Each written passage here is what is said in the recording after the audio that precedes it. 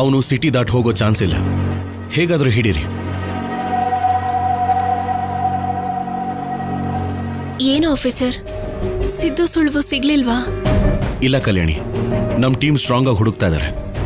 ಸಂಪದಂಗೆ ಎಲ್ಲ ಗೊತ್ತಿದೆ ಆಫೀಸರ್, ಆದ್ರೆ ನಮ್ಮ ಮುಂದೆ ಸುಮ್ನೆ ನಾಟಕ ಮಾಡ್ತಾ ಇದ್ದಾಳೆ.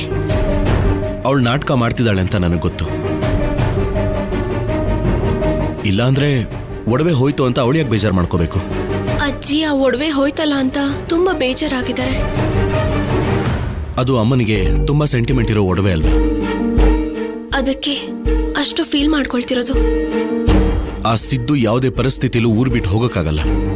ಸಿಟಿಲಿ ಎಲ್ಲ ಕಡೆ ನಾಕಾಬಂದಿ ಹಾಕ್ಸಿದೀನಿ. ಅವನ್ ನಮ್ ಡಿಪಾರ್ಟ್ಮೆಂಟ್ ಅವ್ರ ಕಣ್ತಪ್ಸಿ ಹೋಗೋದಕ್ಕೆ ಚಾನ್ಸೇ ಇಲ್ಲ. ಅತ್ತೆ ಅಮ್ಮನ್ನ ಅಜ್ಜಿನ ಬೈತಿದ್ದಾರೆ. ಹೌದು ಶೌರ್ಯ, ಅತ್ತೆ ಹಾಗೆ ಬೈತಿದ್ರೆ ನನ್ಗೂ ಬೇಜಾರಾಗ್ತಿದೆ. ಆ ಸಿದ್ದು ಈ ರೀತಿ ಮಾಡ್ತಾನೆ ಅಂತ ನಾನು ಅನ್ಕೊಂಡಿರ್ಲಿಲ್ಲ. ನೀನೇನ್ ಬೇಜಾರು ಮಾಡ್ಕೋಬೇಡ. ಈ ಸಲ ಸಿದ್ದು ಸಿಕ್ಕಿದ್ರೆ ಎನ್ಕೌಂಟರ್ ಮಾಡೋದು ಗ್ಯಾರಂಟಿ.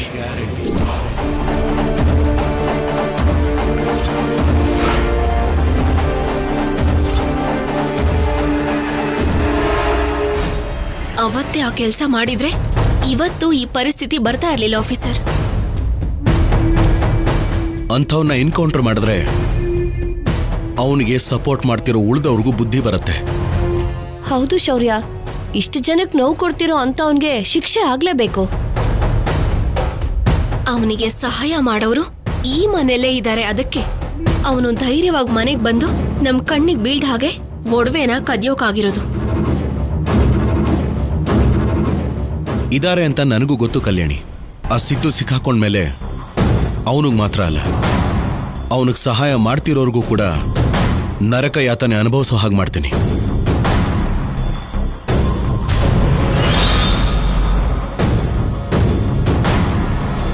ಈ ಸಲ ಸಾವು ಗ್ಯಾರಂಟಿ.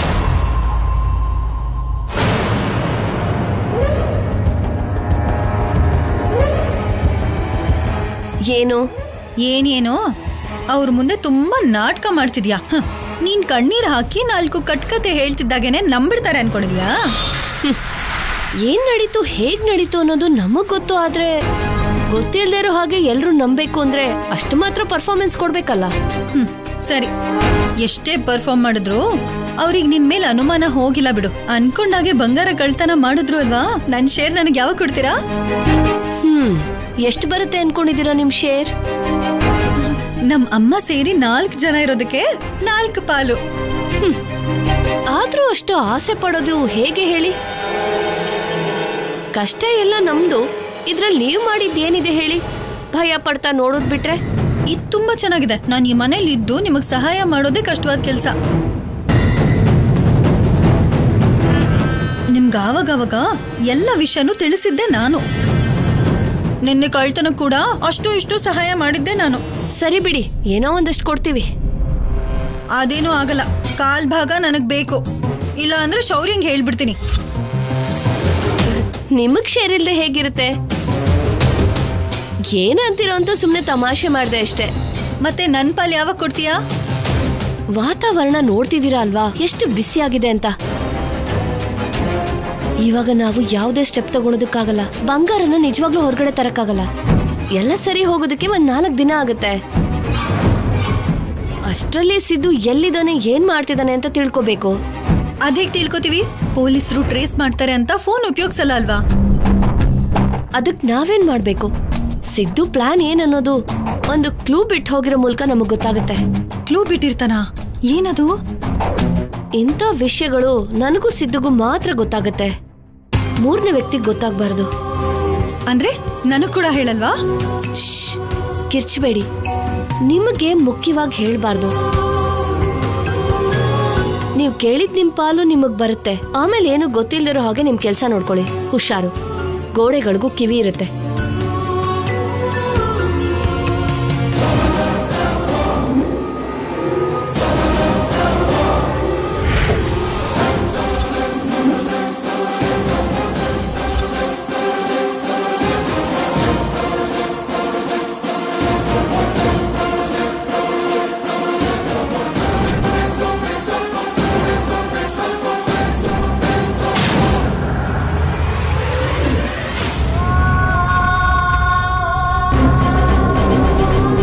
ನಾವ್ ಅಂದ್ಕೊಂಡ ಹಾಗೆ ಮನೇಲಿರೋರೆ ಕಳ್ರು ಅಂತ ಆಯ್ತು.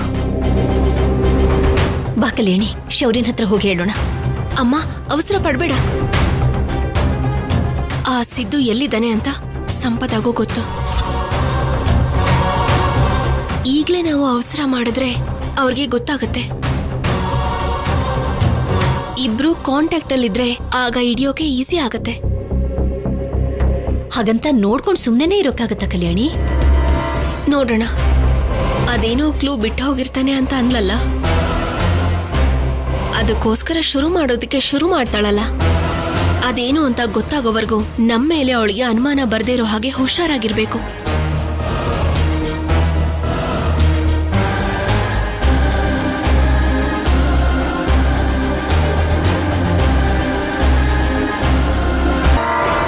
ಆಫೀಸರ್, ನೀವು ಅನುಮಾನ ಪಟ್ಟ ಹಾಗೆ ಈ ಕಳ್ತನ ನಡೆಯೋಕೆ ಮನೇಲಿರೋರೇ ಸಹಾಯ ಮಾಡಿದ್ದಾರೆ. ಹೌದು ಶೌರ್ಯ, ಸಂಪದ ಮಾತ್ರ ಅನ್ಕೊಂಡಿದ್ರೆ ಪಲ್ಲವಿ ಕೂಡ ಅದಕ್ಕೆ ಹೆಲ್ಪ್ ಮಾಡಿದಾಳೆ ಅಂತ ಹೇಳ್ತಿದ್ದಾಳೆ. ನಿಮಗೆ ಯಾರು ಹೇಳಿದ್ರು?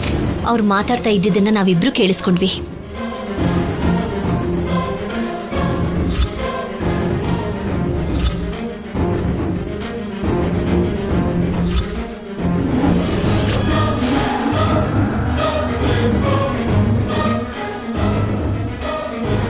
ಹೌದಾ? ಅವರಿಬ್ರ ಮಾತಿನ ಪ್ರಕಾರ ಸಿದ್ದುನೇ ಒಡವೆನ ಕಳ್ತನ ಮಾಡಿದ್ದಾನೆ ಅಂತ ಅರ್ಥ ಆಯ್ತು. ಇದರಲ್ಲಿ ಸಂಪದನ್ ಕೈವಾಡ ಮಾತ್ರನೇ ಇರುತ್ತೆ ಅನ್ಕೊಂಡ್ವಿ. ಆದ್ರೆ ಪಲ್ಲವಿ ಕೂಡ ಇದರಲ್ಲಿ ಶೇರ್ ಸಿಕ್ಕುತ್ತೆ ಅಂತ ಮನೆ ಕಳ್ಳಿಯಾಗಿ ಬದಲಾಗಿದ್ದಾಳೆ. ಛೇ, ಈ ಮನೆಗೆ ಸೊಸೆಯಾಗಿ ಬಂದ್ರು ಅವಳು ಆ ಮನೆಗೆ ಸೇರ್ದವಳಲ್ವಾ? ಆ ಬುದ್ಧಿ ಇನ್ನೂ ಹೋಗಿಲ್ಲ ಅನ್ಸುತ್ತೆ. ಛೇ, ಈ ಮನೆ ಒಡವೆ ಮೇಲೆ ಸೊಸೆ ಆಗಿ ಅವಳಿಗೂ ಹಕ್ಕಿದ್ಯಲ್ಲ. ಹಾಗಿದ್ಮೇಲೂ ಅವಳು ಯಾಕೆ ಹಾಗೆ ಮಾಡಿದ್ಲು ಅರ್ಥ ಆಗ್ತಿಲ್ಲ. ಅವ್ರು ಹಾಗೇನೆ ಹುಟ್ತಾನೆ ಬಂದಿರೋ ಬುದ್ಧಿ, ಅವ್ರು ಬದಲಾಗಲ್ಲ. ಈಗ ಏನ್ ಮಾಡೋದು ಶೌರ್ಯ? ಅವ್ರೇನೋ ಕ್ಲೂ ಇದೆ ಅಂದ್ರಲ್ವಾ? ಆ ಕ್ಲೂ ಏನು ಅಂತ ತಿಳ್ಕೊಂಡ್ರೆ ಆ ಸಿದ್ದು ಮತ್ತೆ ಒಡವೆಗಳು ಎರಡೂ ಸಿಕ್ಬಿಡತ್ತೆ. ಆ ಕ್ಲೂಗೋಸ್ಕರ ಸಂಪದ ಟ್ರೈ ಮಾಡ್ತಾಳೆ. ಆಗ ಹಿಡಿದ್ರೆ ಸರಿ ಹೋಗುತ್ತೆ. ಮನೆ ಗೌರವನ ಕಾಪಾಡಬೇಕಾಗಿರೋರು ಹೀಗೆಲ್ಲ ಮಾಡಿದ್ರೆ ಏನ್ ಹೇಳೋಕ್ಕಾಗುತ್ತೆ? ಅಗತ್ಯ ಸಾಲ ಮಾಡ್ಸತ್ತೆ, ಆಸೆ ತಪ್ಪು ಮಾಡ್ಸತ್ತೆ. ಆಸೆಗೆ ತಲೆ ಬಾಗಿದ್ರೆ ನಾಳೆ ಎಲ್ರ ಮುಂದೆ ತಲೆ ತಗ್ಸೋದು ತಪ್ಪೋದಿಲ್ಲ.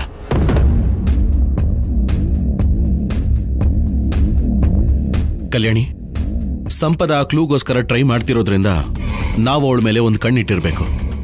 ಸರಿ ಆಫೀಸರ್.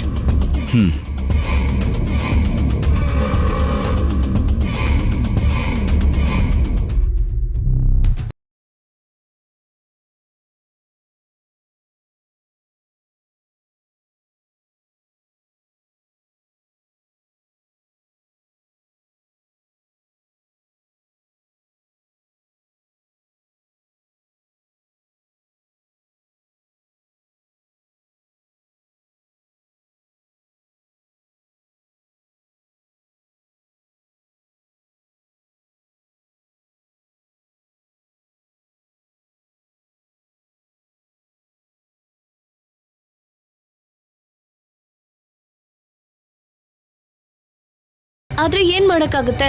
ಬೆಳಗ್ಗೆಯಿಂದ ಏನು ತಿಂದಿಲ್ವಲ್ಲ, ಏನೋ ಸ್ವಲ್ಪ ತಿಂದು ಮತ್ತೆ ಬೇಜಾರ್ ಮಾಡ್ಕೋಬಹುದು. ಬನ್ನಿ.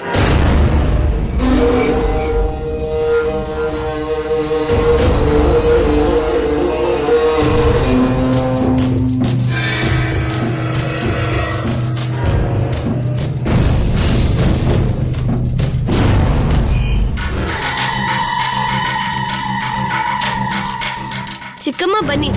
ಒಬ್ಳೆ ತಿನ್ಬೇಕು ಅಂದ್ರೆ ಕಷ್ಟ ಆಗುತ್ತೆ.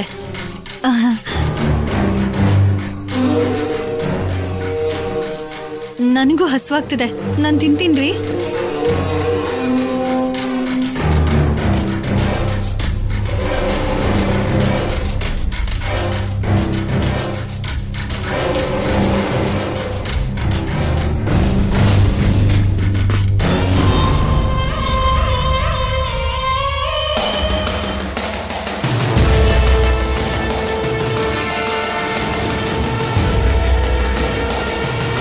ಅಜ್ಜಿ ನೀವು ತಾತ ಇಬ್ರು ಬನ್ನಿ. ಪಾಪ ದೊಡ್ಡವ್ರು ಏನು ತಿನ್ಲಿಲ್ಲ ಅಂದ್ರೆ ಹೇಗೆ? ನಮಗ್ ಬೇಕಾಗಿಲ್ಲ ಬಿಡು. ನಿಮ್ಗೆ ಹಸಿವಾಗಿದೆ ಅಲ್ವಾ, ನೀವು ತಿನ್ನಿ.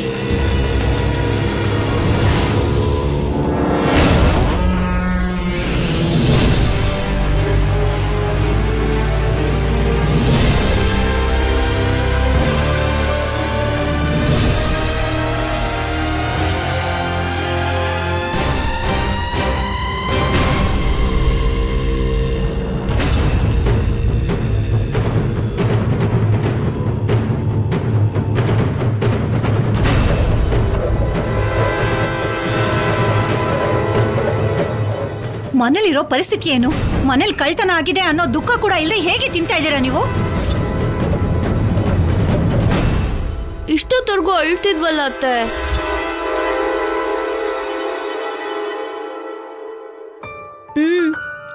ಹೌದತ್ಗೆ, ಅಳೋದು ಕೂಡ ಶಕ್ತಿ ಇರ್ಬೇಕಲ್ವಾ? 4 ಬಾರ್ಸಿದ್ರೆ ಇಬ್ಬರಿಗೂ ಸೊಂಟ ಮುರಿದು ಹೋಗ್ಬೇಕು. ಮನೇಲಿರೋರ್ ಎಲ್ರು ಒಡವೆಗಳು ಕಳ್ತನ ಆಗಿದೆ. ಆ ಸಿದ್ದು ನಮ್ ಎಲ್ರು ಒಡವೆನ ಏನ್ ಮಾಡಿದನೋ ಏನೋ ಅಂತ ನಾವೆಲ್ರು ಹೆದರ್ಕೊಂಡು ಕೂತಿದ್ರೆ ನಿಮ್ಗೆ ತಿನ್ನೋದೇ ಮುಖ್ಯ ಆಗೋಯ್ತಾ? ಏನೋ ತಿನ್ಬೇಕು ಅಂತ ಕೂತ್ಕೊಂಡ್ವಿ, ಆದ್ರೆ ತಿನ್ನಕ್ ಮನ್ಸು ಬರ್ತಿಲ್ಲ.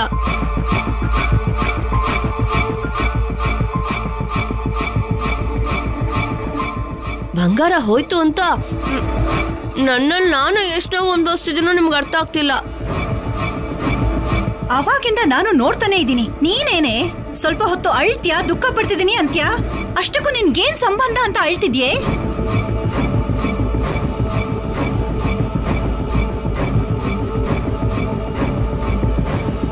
ಹೋಗಿರೋ ಒಡವೆನಲ್ಲಿ ನಿನ್ ಒಡವೆ ಏನಾದ್ರೂ ಇದ್ಯಾ? ಕೊನೆ ಪಕ್ಷ ನೆಕ್ಲೆಸ್ ಹಾಕೋ ದಾರನಾದ್ರೂ ಇದ್ಯಾ? ಮತ್ತೆ ನೀನ್ ಯಾಕೆ ದುಃಖ ಪಡ್ತಿದ್ಯಾ? ಆದ್ರೂ ನಾನು ನಿಮ್ಮನೆ ಸೊಸೆನೇ ಅಲ್ವಾ ಅತ್ತೆ?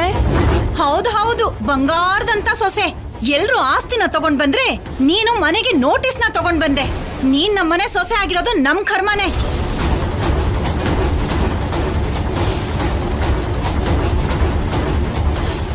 ನನ್ಗ್ಯಾಕೋ ನಿನ್ನ ಮೇಲೆ ಅನುಮಾನ ಬರ್ತಿದೆ ಕಣೆ, ನಿನ್ನ ಅಳುನ ನೋಡ್ತಾ ಇದ್ರೆ.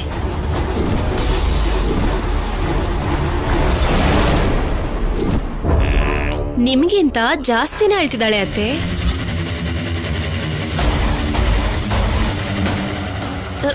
ಏನ್ ನೀವೆಲ್ರು? ಯಾಕೆ ಅಳೋದಕ್ಕೂ ಕೂಡ ಕೋರ್ಟಿಂದ ನೋಟಿಸ್ ತರ್ಬೇಕಾ? ಏನೇ ನಾಲ್ಗೆ ಸಡ್ಲ ಆಗ್ತಿದೆ? ಬಾಯ್ ಬಿಟ್ರೆ ನಾಲ್ಗೆ ಕಿತ್ತು ಕೈ ಕೊಟ್ಬಿಡ್ತೀನಿ. ಅಬ್ಬಬ್ಬಬ್ಬ, ನಿಲ್ಸಿ. ಕಳ್ಳತನ ಆಗಿದೆ, ಬಂಗಾರ ಹೋಗಿದೆ ಅನ್ನೋ ನೋವಿಗಿಂತ ನಿಮ್ ಗಲಾಟೆ ತಡ್ಕೊಳ್ಳೋದೇ ಕಷ್ಟ ಆಗಿದೆ.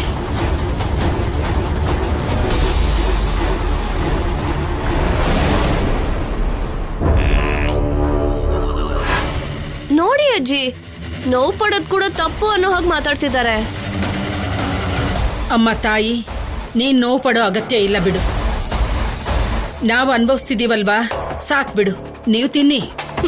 ಇಷ್ಟೊಂದೆಲ್ಲ ಅನಿಸ್ಕೊಂಡು ಹೇಗ್ ತಿನ್ನಕ್ಕಾಗತ್ತೆ? ಅಯ್ಯೋ ಸಂಪದ,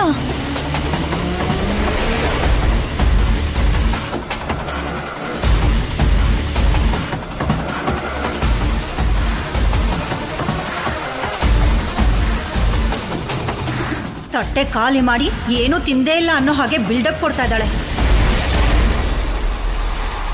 ಏನು ಇನ್ನು ಅನ್ನೊಂದ್ ಮುಂದೆ ಕೂತಿದ್ಯಾ? ನಿನಗೇನು ಅನ್ಸಲ್ಲ ಅಲ್ವಾ? ನಿನ್ ತಮ್ಮ ಕಳ್ತನ ಮಾಡಿದಾನೆ ಅನ್ನೋ ಆನಂದದಲ್ಲೇ ಇರ್ತೀಯ ಅನ್ಸುತ್ತೆ.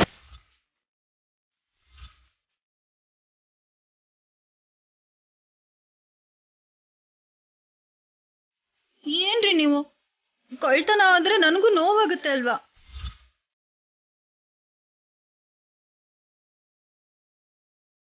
ಸರಿ ಬಿಡು, ಅವಳಿಗೆ ಹಸುವಾಗ್ತಿದ್ಯೇನೋ, ತಿನ್ನೋಕ್ ಬಿಡು.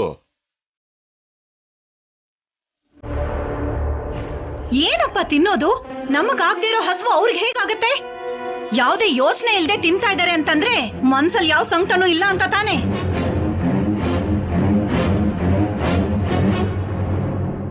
ಸರಿ ಬಿಡಿ ಅದ್ಗೆ, ಇವಾಗ ಏನು ನಾನ್ ನೋವು ಅನ್ಭವಿಸ್ಬೇಕು ಅಷ್ಟೇ ಅಲ್ವಾ? ಹಾಗೆ ನೋವು ಪಡ್ತೀನಿ ಬಿಡಿ.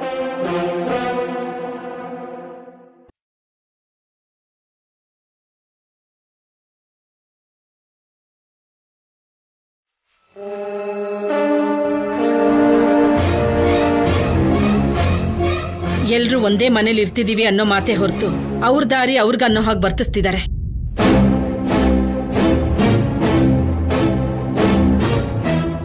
ಮನೇಲಿರೋ ನಮ್ಮ ಬಾಲಾಜಿ ಕೂಡ ಬೆಳಗಿನ ಒಂದು ತೊಟ್ಟು ನೀರು ಕೂಡ ಕುಡ್ದಿಲ್ಲ.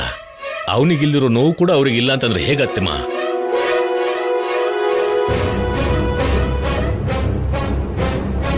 ಬಾಲಾಜಿ, ನೀನ್ ಯಾಕೋ ಊಟ ಮಾಡದೇ ಇದೀಯಾ? ಕಷ್ಟಪಡೋನ್ ನೀನು. ಊಟ ಮಾಡದಿದ್ರೆ ಹೇಗೆ? ಹೋಗು ಹೋಗು ಊಟ ಮಾಡು. ಕೆಲಸದವನಾಗಿದ್ರೆ ತಿಂತಿದ್ದೆ ಅಮ್ಮ. ಈ ಮನೆಯವರಲ್ಲಿ ನನ್ನೂ ಒಬ್ಬನ್ ಮಾಡಿ ಈ ಮನೆ ಸದಸ್ಯನನ್ನಾಗಿ ಮಾಡಿದ್ದೀರಾ.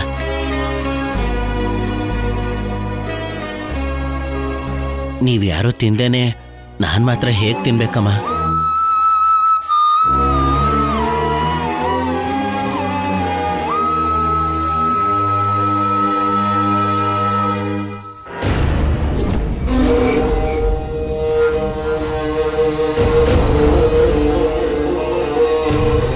ಏನ್ ಸಂಪದ ಹಾಗ್ ಬಂದ್ಬಿಟ್ಟೆ?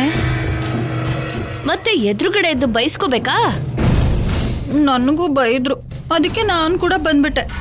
ಊಟ ಕೂಡ ಸರಿಯಾಗಿ ಮಾಡೋಕ್ ಬಿಡ್ಲಿಲ್ಲ. ನನಗೂಟ ಮುಖ್ಯ ಅಲ್ಲ, ಸಿದ್ದುನ ಭೇಟಿ ಮಾಡಿ ಇಲ್ಲಿಂದ ಹೊರಟೋಗೋದು ಮುಖ್ಯ. ಭೇಟಿ ಮಾಡೋದಕ್ಕೆ ಯಾವ್ದೋ ದಾರಿ ಬಿಟ್ಟಿರ್ತಾನೆ ಅಂದಲ್ವಾ?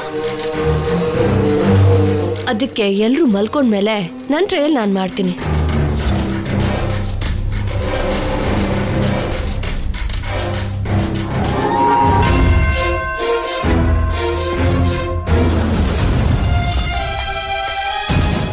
ಏನ್ ಟ್ರಯಲ್ ಮಾಡ್ತಿದ್ದಾಳೆ?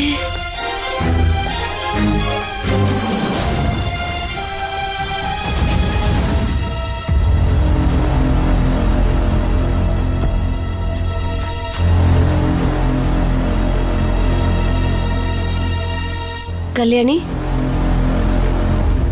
ನನ್ ಮನ್ಸ್ಯಾಕೋ ಸರಿಗಿಲ್ಲ. ಸ್ವಲ್ಪ ಮಗುಗ್ ಹಾಲು ಕುಡಿಸ್ತೀಯಾ? ಕೇಳಿದ್ರು ಕೊಡ್ತಾ ಇರ್ಲಿಲ್ಲ, ಈಗ ಕೇಳ್ದಿದ್ರು ಕೊಡ್ತಿದ್ಯಾ? ಹೇಳಿದ್ನಲ್ಲ ಮನಸ್ಸ್ಯಾಕೋ ಸರಿಗಿಲ್ಲ ಅಂತ.